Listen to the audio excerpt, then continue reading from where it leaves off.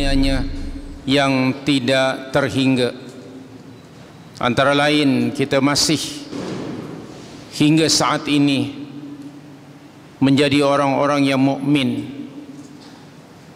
Salawat serta salam semoga sentiasa Allah limpahkan ke atas junjungan kita Nabi Muhammad sallallahu alaihi wasallam, dan juga ke atas ahli keluarganya, para sahabatnya, dan siapa sahaja yang mengikuti petunjuknya hinggalah hari kebangkitan nanti.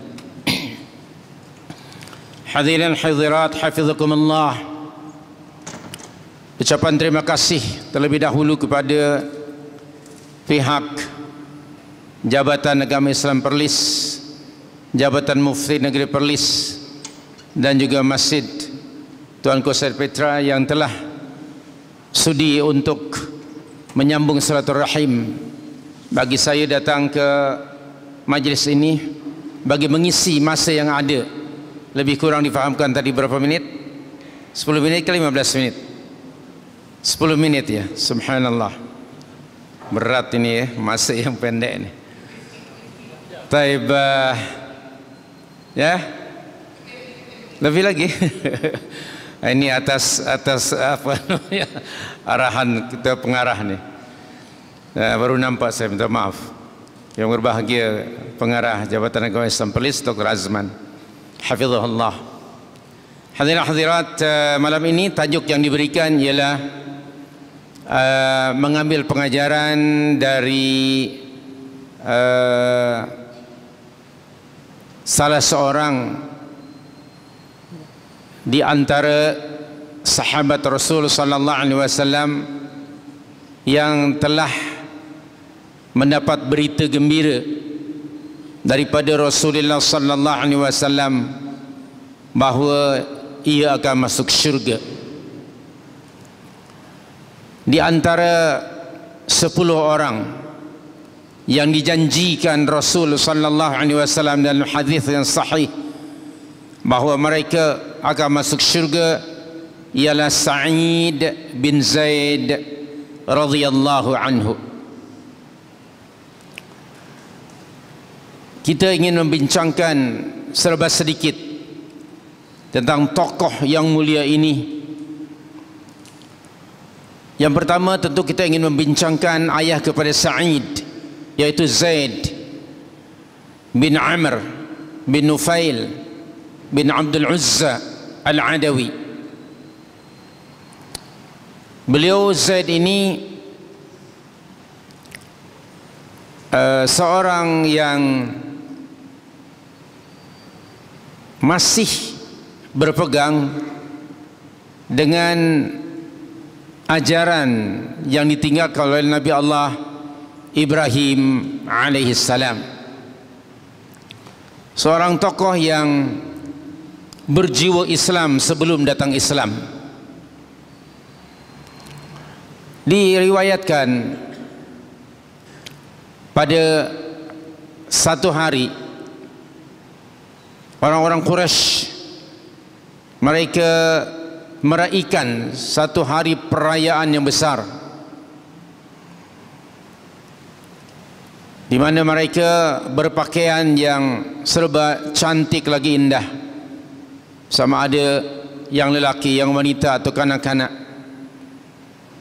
Dan pada waktu yang sama juga mereka membawa hewan-hewan ternakan mereka untuk dikorbankan dan disembelih, dipersembahkan kepada berhala-berhala mereka.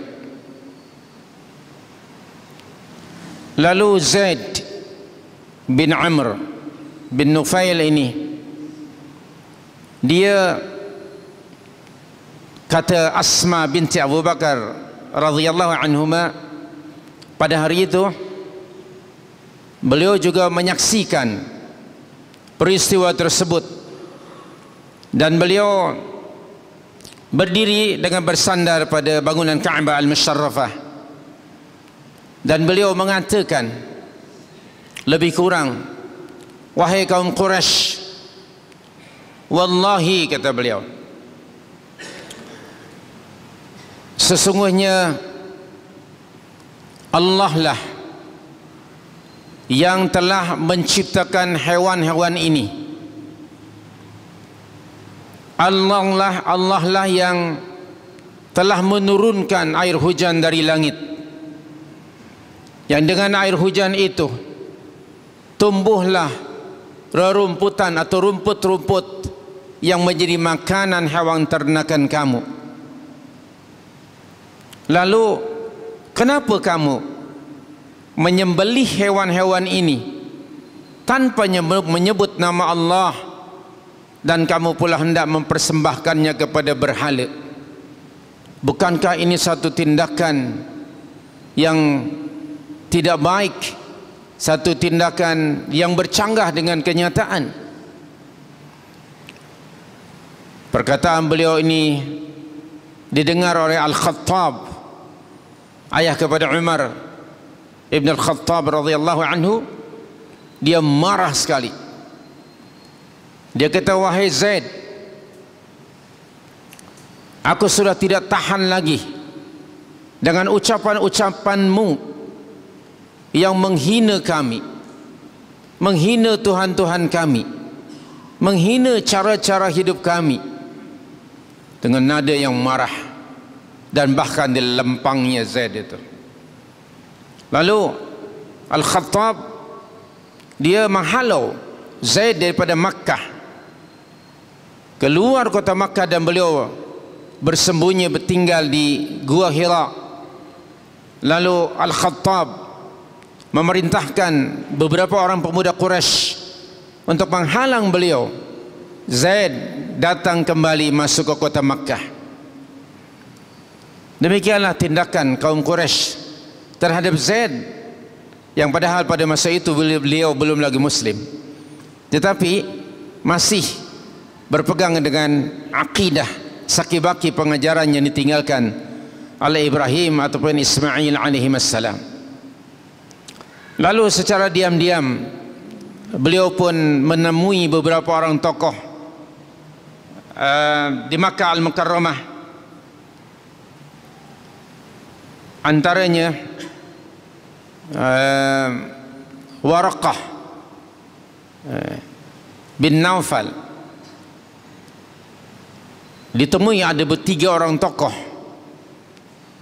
untuk membincangkan kenyataan dan realiti kehidupan orang Quraisy yang telah jauh menyeleweng daripada kebenaran. Akhirnya kata beliau setelah mereka berkumpul, wallahi, sesungguhnya kaum Quraisy dalam keadaan kesesatan yang sangat nyata. Mereka tidak lagi berpegang dengan millah Ibrahim alaihissalam. Mari kita cari agama yang hak ini. Lalu mereka pun berpakat untuk mencari kebenaran. Diriwayatkan Waraqah bin Naufal, dia memeluk agama Nasrani, sementara yang dua orang lain tidak menemui apa-apa. Dan Zaid bin Amr bin Nufail ini, dia mencari agama yang hak hingga beliau pergi ke Syam, lalu berjumpa seorang ahli kitab, dan bila berjumpa dikatakan oleh padri atau pendeta yang ada di tempat itu, dia kata, wahai orang Quraisy, adakah kamu mencari agama yang hak, agama Ibrahim yang telah hilang? Dia kata, ya, saya memang sedang mencari. Lalu dinasihati, kembalilah kamu ke negeri kamu, ke Makkah Al-Mukarramah, tunggulah sehingga Allah subhanahu wa ta'ala mengutus seorang rasulnya di kalangan kamu. Maka dia pun balik ke Makkah. Tapi sebelum dia sampai ke kota Makkah, beliau dirompak oleh para perompak pada masa itu. Di antara ciri-ciri orang jahiliyah ialah adanya qutta'ut tariq, para perompak di tengah jalan, dan akhirnya beliau dirompak dan kemudian dibunuh. Sebelum beliau, Zaid tadi mengembuskan nafas yang terakhir, beliau mengatakan, ya Allah, jika sekiranya agama yang hak dan Rasul akhir zaman akan muncul, sekalipun saya tidak dapat menemuinya, maka janganlah engkau halangi, janganlah engkau haramkan anakku menemui Rasul akhir zaman itu. Dan kemudian beliau meninggal. Anak beliau yang diharapkan berjumpa dengan Rasul akhir zaman itu namanya Sa'id bin Zaid radhiyallahu anhu. Maka ketika sampai berita kepada Sa'id bahwa Allah Subhanahu wa taala telah mengutus seorang rasul di tengah-tengah kaum Quraisy, Allah Subhanahu wa taala berfirman pada surah Al-Jumu'ah ayat yang kedua, A'udzu billahi minasyaitonir rajim. Huwa alladhi ba'atha fil ummiyina rasulan minhum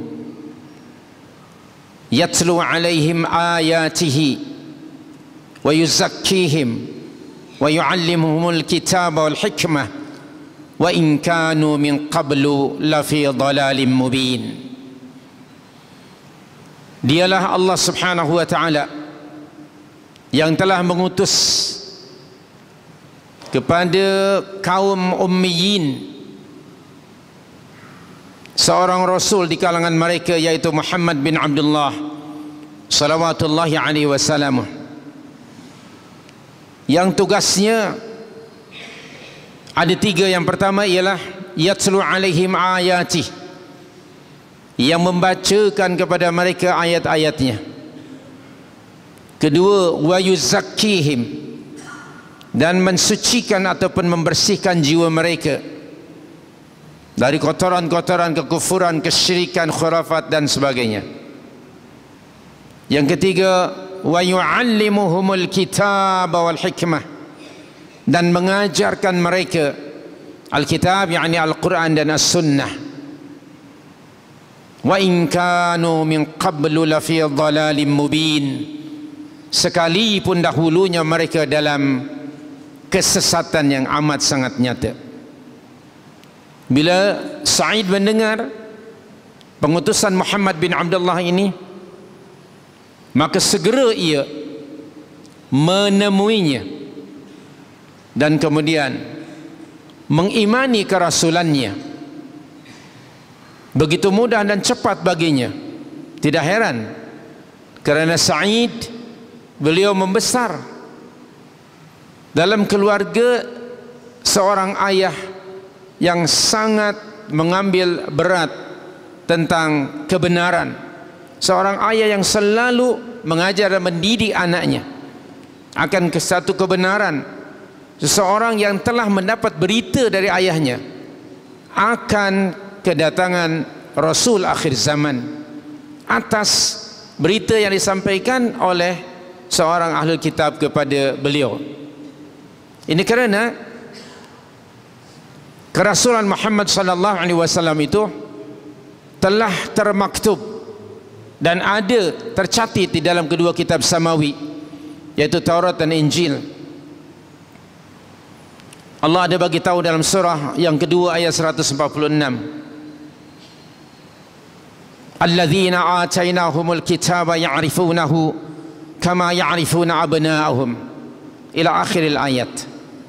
Orang-orang yang telah kami berikan Alkitab, yakni Taurat dan Injil, ya'rifunahu, mereka telah mengenalinya, mengetahuinya, yakni telah mengetahui Muhammad sallallahu alaihi wasallam. Kama ya'rifuna abna'ahum, mereka telah mengenali, mengetahui sifat-sifat Rasul akhir zaman, sama ada sifat khalqiyah atau khuluqiyah, sebagaimana seperti mana mereka mengenali anak-anak mereka sendiri. Jadi ini disampaikan oleh salah seorang padri kepada Zaid tadi. Dan Isa alaihissalam memberitahukan seperti mana Allah sebut di dalam surah As-Saff ayat yang ke-6, wa idh qala Isa ibn Maryam ya bani Israel inni rasulullahi ilaikum musaddiqan lima baina yadayya min at-taurah wa mubashiran bi rasulin ya'ti min ba'di ismuhu Ahmad. Falamma ja'ahum bil bayyinat qalu hadza sihrun mubin. Surah As-Saff surah 61 ayat nombor 6. Berita bisyarah, berita gembira kedatangan Rasul akhir zaman telah disampaikan melalui lisan Isa putra Maryam alaihi salam.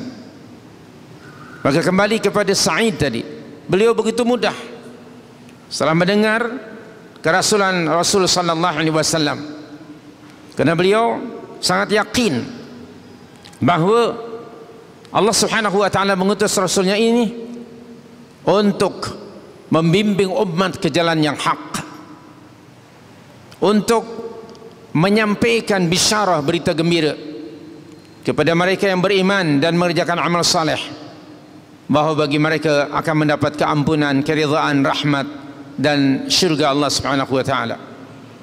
Juga rasul ini membawa inzar, membawa peringatan dan amaran yang keras ke atas sesiapa yang tidak beriman kepada Allah dan kepada kerasulannya. Dan Sa'id sangat yakin bahawa Rasul ini diutus oleh Allah sebagai da'i, sebagai pendakwah yang akan menyeru manusia kepada tauhidillah, kemudian akan menunjukkan dan membawa manusia ke jalan yang hak, jalan yang benar, jalan yang diridhai Allah Subhanahu wa taala. Benarlah firman Allah dalam surah Al-Ahzab ayat 45 dan 46. Ya ayyuhan nabi inna arsalnaka syahidan wa mubashshira wa nadhira wa da'iyan ila Allah biiznihi wa sirajan munira. Wahai Nabi, sesungguhnya kami telah mengutus kamu sebagai syahidan, sebagai saksi ke atas manusia. Keduanya wa mubashiran, sebagai orang yang membawa berita gembira. Ketiganya wa nadhira, orang yang memberi amaran dan peringatan. Yang keempatnya wa da'iyan ila Allah biiznihi, dan sebagai da'i, sebagai penyeru dan pendakwah kepada jalan Allah Subhanahu wa taala dengan izinnya. Wa sirajan munira, dan orang yang membawa cahaya, yang dengan cahaya itu dapat mengeluarkan manusia minadh dhulumat ila nur biizni rabbih.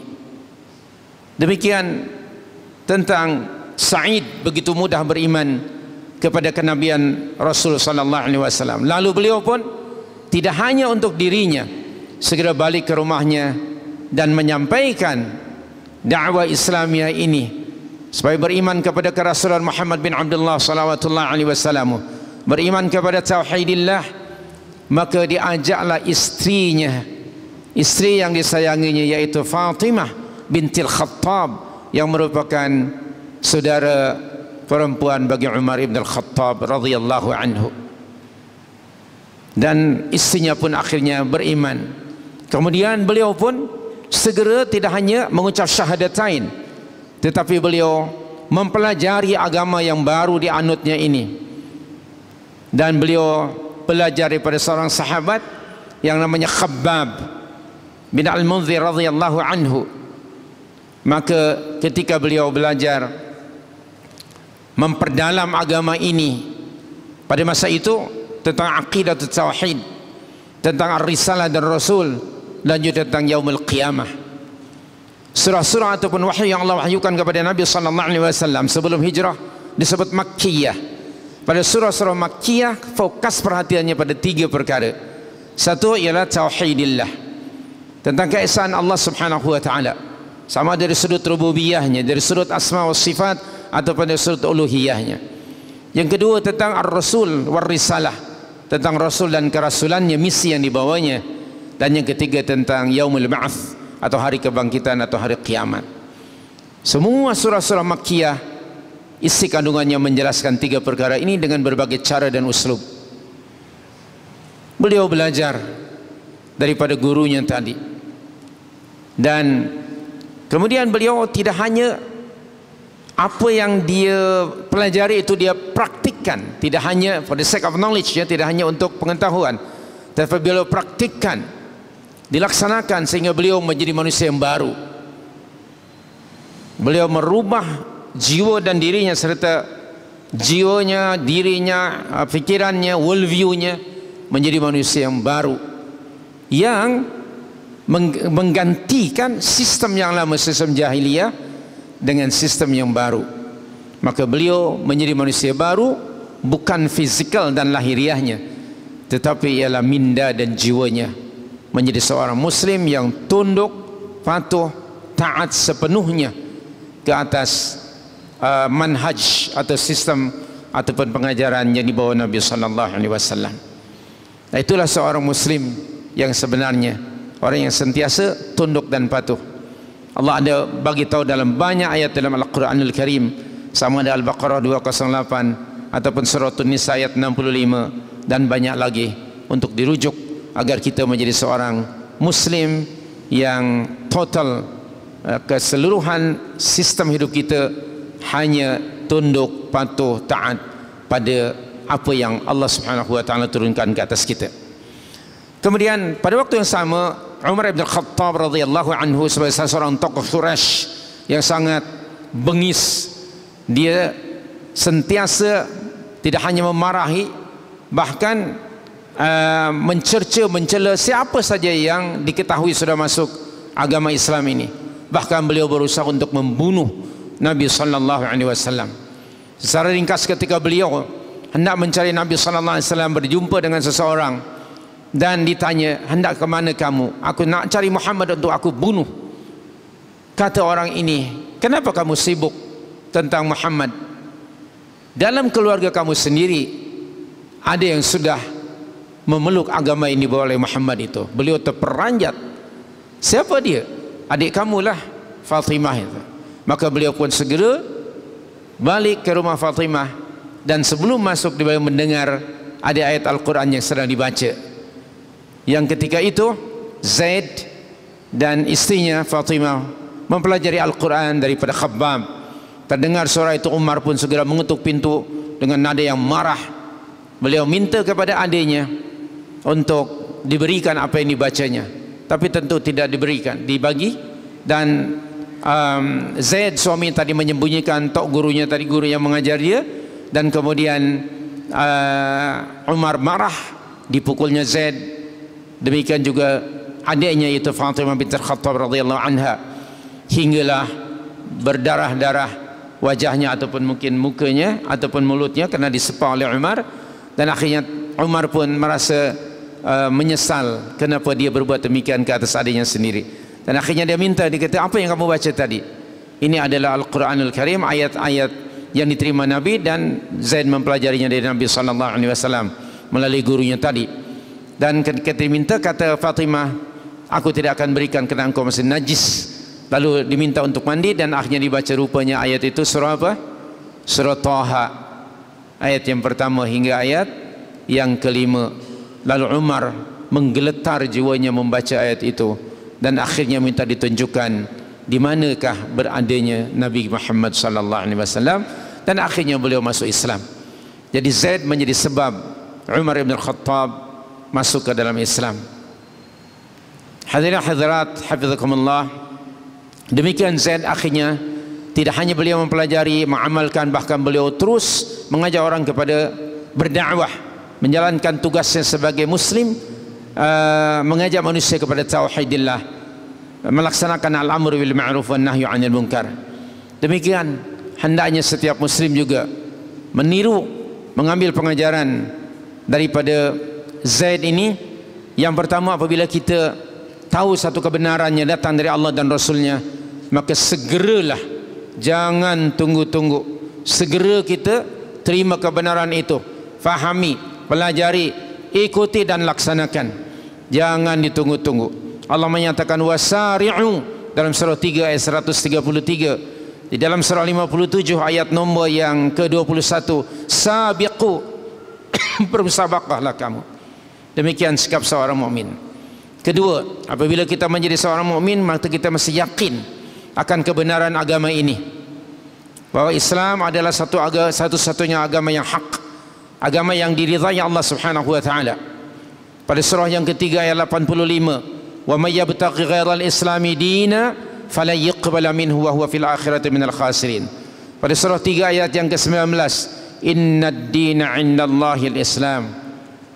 Kemudian pada surah 5 ayat nombor 3, di tengah-tengah ayat tersebut, al-yawma akmaltu lakum dinakum wa atmamtu 'alaikum ni'mati wa raditu lakumul islam dina.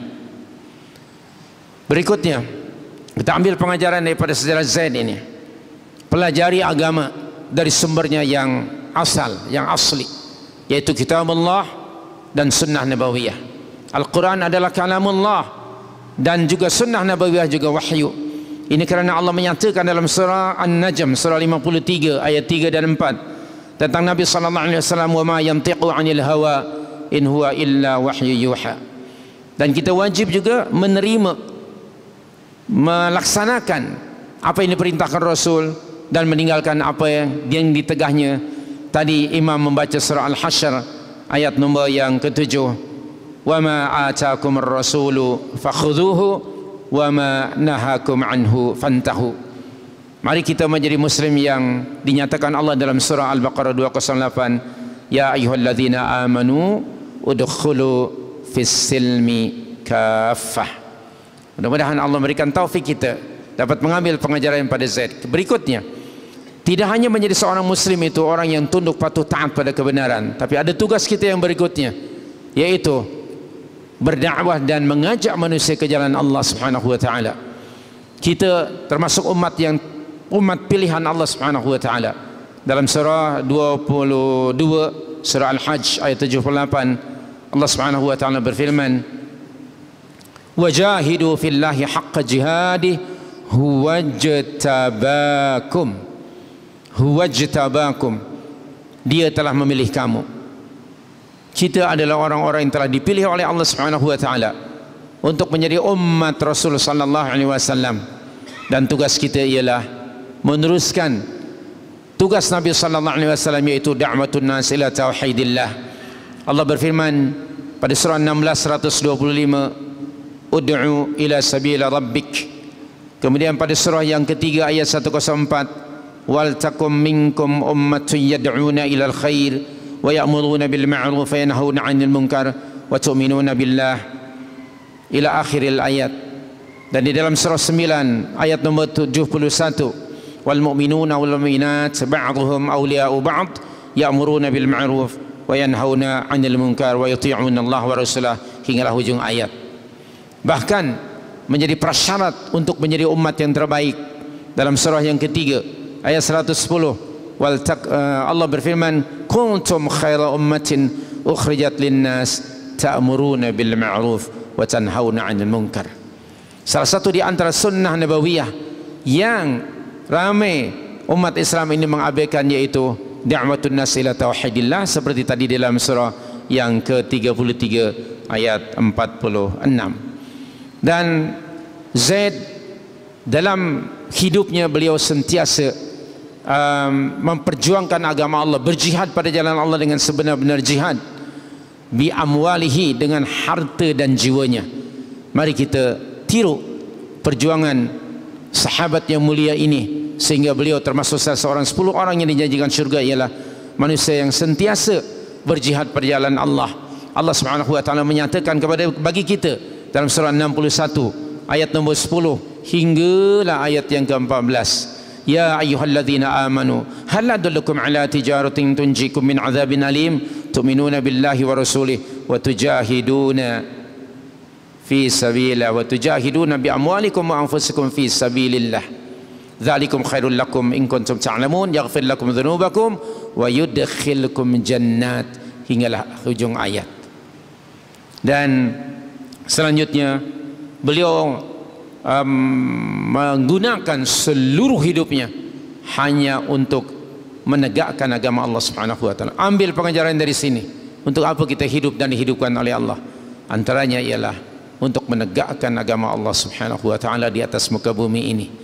Di sini, di negeri ini banyak fasiliti, maka mari kita mulakan dan terus tegakkan agama Allah, tidak hanya di negeri ini tapi di negeri yang lain dan di atas muka bumi ini, hingga tidak ada lagi agama kecuali agama Islam yang diridhai oleh Allah Subhanahu wa taala.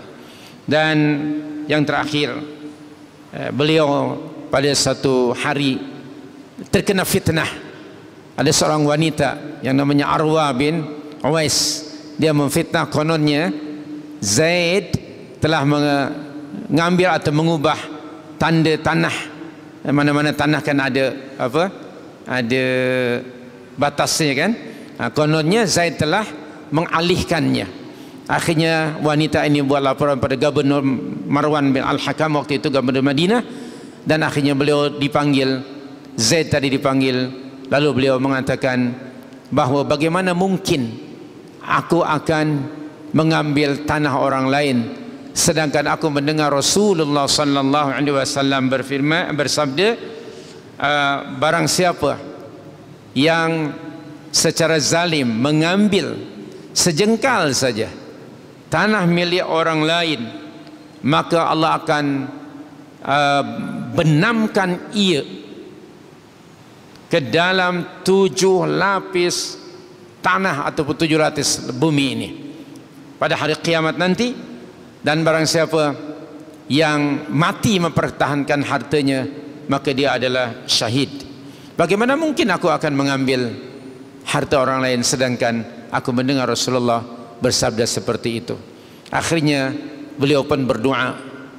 Sa'id bin Zaid ini radhiyallahu anhu termasuk orang yang doanya mustajab.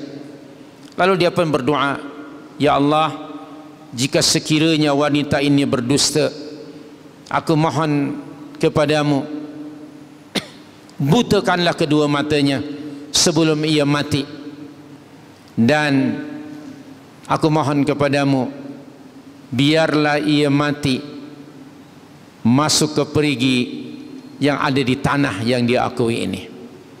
Akhirnya doanya makbul. Tidak lama kemudian wanita itu buta. Lalu dia pun pergi ke kebunnya, dan orang buta meraba-raba dan akhirnya terperosok dan jatuh ke dalam perigi. Demikian doa beliau sangat makbul kerana beliau sangat memperhatikan makanannya, minumannya.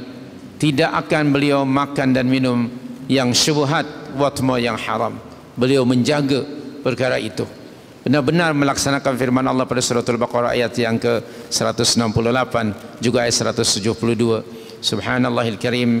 Dan akhirnya beliau pun meninggal dunia mendapat bisyarah dari Nabi sallallahu alaihi wasallam sebagai salah seorang di antara 10 orang yang disampaikan kepadanya berita gembira bahawa beliau akan masuk syurga.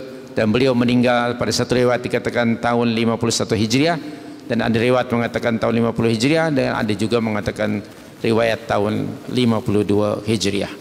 Jadi demikianlah sedikit sebanyak tentang Sa'id bin Zaid radhiyallahu anhu, termasuk 10 orang yang secara langsung Nabi menyatakan bahawa beliau akan masuk syurga.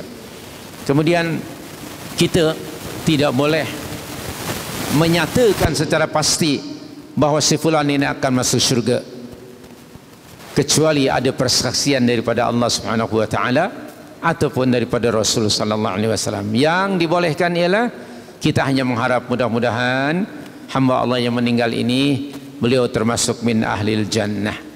Kita tidak boleh memastikan, kerana ahlil jannah ada dua. Ada yang dipastikan oleh Allah umpamanya dalam surah 9 ayat yang ke-100, atau hadis Imam At-Tirmidzi yang menjelaskan 10 orang ini, atau Bilal bin Rabah, atau misalnya Uqashah yang secara langsung Nabi menyatakan mereka akan masuk syurga. Selain daripada yang 10 ada juga yang lainnya.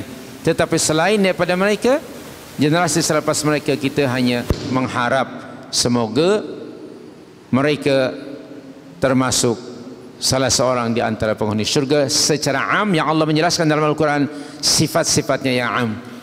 Antaranya dalam surah Al-Baqarah ayat pertama hingga 5, surah Al-Baqarah ayat 177, surah Al-Mu'minun 1 hingga yang ke-11.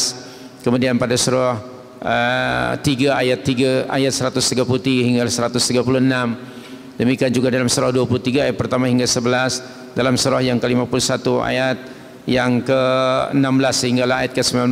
Banyak lagi sifat-sifat yang am. Mudah-mudahan kita dengan izin dan taufik Allah Subhanahu wa ta'ala akan memasukkan kita ke dalam syurganya biiznillah. Amin ya rabbal alamin. Terima kasih. Aku qouli hadza wa astaghfirullah. Minta maaf kerana lebih masanya dari yang diperuntukkan.